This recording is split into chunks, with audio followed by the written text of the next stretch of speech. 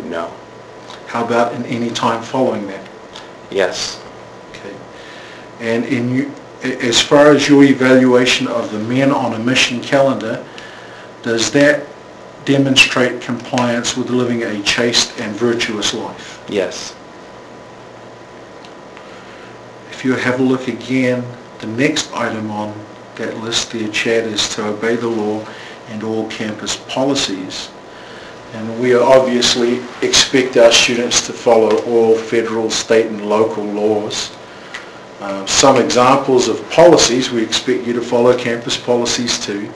Some examples of those policies, I think I've got a copy of those, are unlawful gender discrimination, unlawful sexual harassment and inappropriate gender-based behavior policy. We have another policy on academic honesty. We have another policy on student non-discrimination policy. And my question is, do you, as a BYU student, follow those policies? From 1999 to 2002, yes. And in the time following the dates that you just shared with me, have you followed those policies? I will not answer that. The next item on there, and you see we're just going through all of these items again, right, because these are the things that administratively I'm given to weigh. And so again, I want to be able to touch on each of these points so that we can, I can consider them all. How a person speaks and interacts with people around them tells us a lot about the people.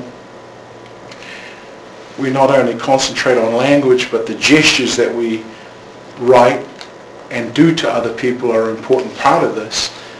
My question to you is, as a BYU student, do you avoid the use of profane, crude, demeaning language at all times in your speech?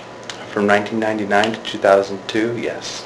And how about the time following the dates that you just identified? I will not answer. Do you avoid as a BYU student, do you avoid the use of profane, crude, demeaning language in what you write and other expressions? From 1999 to 2002, yes. And following the dates that you've shared, have you avoided using demeaning, profane, crude language in your written expressions? I will not answer. The next point on your list, dear Chad, is respect of others. The way we treat each other tells us a lot about how we value one another as brothers and sisters. Respecting others means everything from being courteous to being of service to one another. As a BYU student, have you demonstrated respect for others in your expressions and in your actions? From 1999 to 2002, yes. And in the dates following the dates that you've identified? I will not answer. Does your publishing of the Men on a Mission calendar demonstrate respect for others? Yes. The next item, you'll see there, make sure I'm going down the list properly, yes, is abstain from alcoholic beverages, tobacco, tea, coffee, and substance abuse. Let me check this so I can make sure we're going down the list correctly, Chad. As you know, BYU asks us to avoid the use of all harmful substances, including coffee, tea, tobacco, illegal drugs, and we ask people not to abuse prescription drugs either. As a BYU student, do you currently consume alcohol in any form? From 1999 to 2002, no. Has that changed since the dates you expressed? I will not answer. Do you currently drink tea or coffee? From 1999 to 2002, no.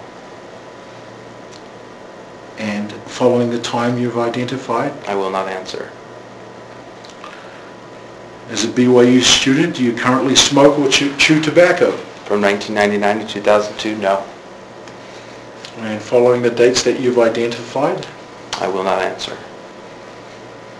Do you currently consume, use, or possess any illegal drugs, or do you abuse any prescription drugs? From 1999 to 2002, no. And how about following the dates you've identified? I will not answer. Let's move to the next point on here, that is participate regularly in church services.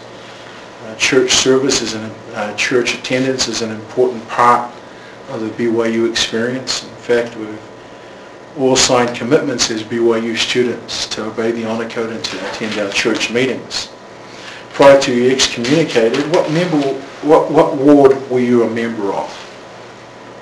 Do you remember? Yeah, what ward were we in? Prior to excommunication or when I was a student? Just prior to your excommunication. In Las Vegas. I don't know. Don't know. Okay, that's okay. And do you know, you might not remember the name or the number of the ward, but do you remember how long you were in that ward just prior to your excommunication? I will not answer. And do you remember the bishop's name? I will not answer. At that time, did you regularly attend your sacrament meeting? From 1999 to 2002, very much so.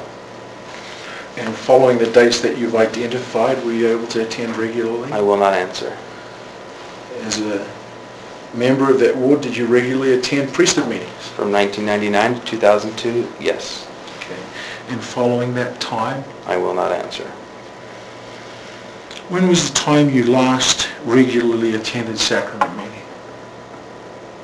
From 1999 to 2002, it would have been April 2002. And I think you mentioned just earlier that you attended regularly. Yes. Since the dates that you've expressed there, have you attended your sacrament meetings regularly? I will not answer. Relative to your priesthood meeting attendance, when was the last time that you regularly attended your priesthood meeting? From 1999 to 2002, it would have been in April 2002. And since the dates you've identified? I will not answer.